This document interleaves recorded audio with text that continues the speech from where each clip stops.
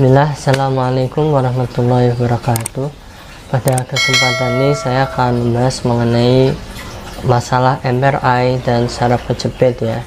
Jadi tidak semua yang tampak pada MRI itu pasti penyebab sakit punggung Anda ya, karena banyak pasien yang datang ke sarafkejepit.com ini dengan membawa hasil pemeriksaan MRI sambil mereka itu bilang bahwa dia sudah sakit punggung sudah lama akibat saraf kejepit, kata dokter yang memeriksa sebelumnya, sambil menunjukkan gambar MRI yang ada penonjolan bantalan.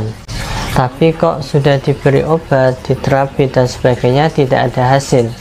Nah, di sini kami berikan penjelasan dulu bahwasanya sugesti seorang pasien di saat terkena sebuah penyakit itu mempengaruhi. Jadi alangkah baiknya kita memberikan sugesti positif dulu apapun itu penyakitnya.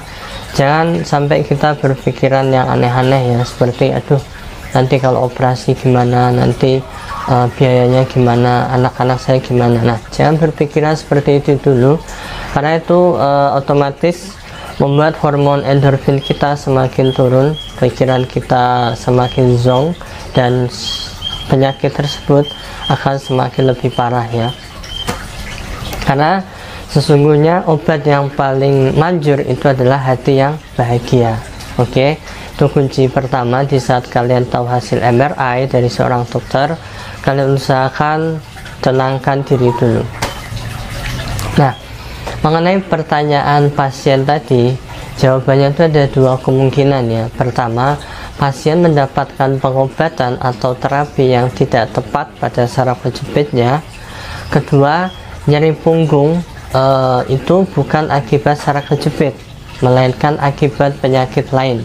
Nah, jawaban nomor dua ini, yaitu bukan karena saraf kejepit, sangat sering saya temui, jauh lebih sering dari jawaban yang pertama ya, yaitu terkadang dokter terlalu overdiagnose atau overdiagnosa pada kasus seorang. Ini sakit punggung itu banyak penyebabnya ya, tidak hanya akibat penonjolan bantalan atau bahasa medisnya itu HNP, tapi juga bisa seperti sindroma piriformis, kerusakan sendi facet ya, kerusakan sendi sakroiliakal dan sebagainya. Tidak selalu penyebab sakit punggung adalah HNP atau penonjolan bantalan.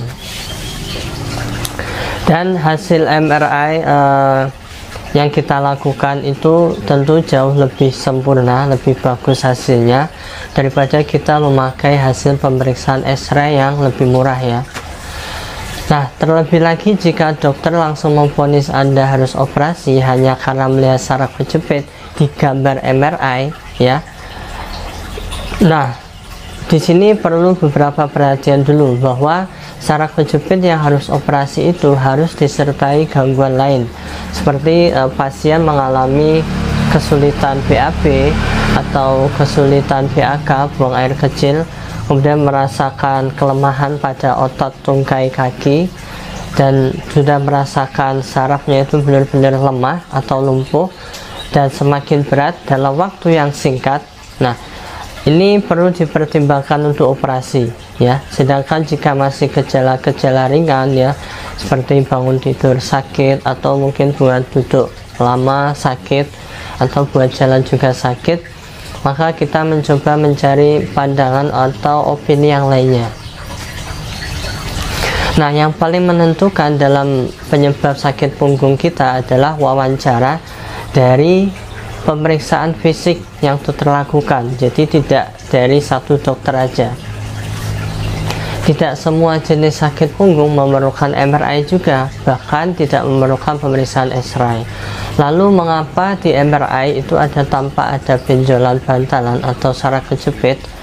Nah, tidak semua benjolan atau bantalan itu menimbulkan masalah ya. Jika penonjolan bantalan itu hanya sedikit atau saraf Anda itu tergolong lentur, maka sering tidak menjadi masalah ya, karena itu hal yang wajar. Penonjolan atau penipisan bantalan serta penyempitan saluran saraf bisa juga hanya gambaran karena penuaan, yaitu faktor umur ya, apalagi buat kamu yang masih muda, umur di bawah 40 tahun, 30 ke atas gitu.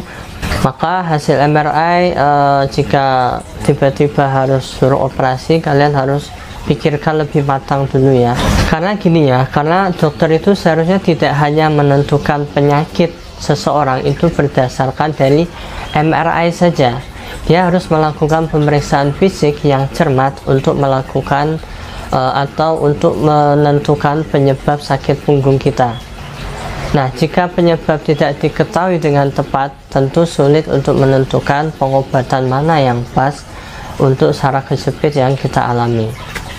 Jadi kesimpulannya, jika Anda mengalami sakit punggung bawah yang tidak kunjung sembuh, serta dokter itu menyarankan Anda untuk harus operasi hanya dari pemeriksaan MRI tanpa melalui pemeriksaan fisik secara detail ya.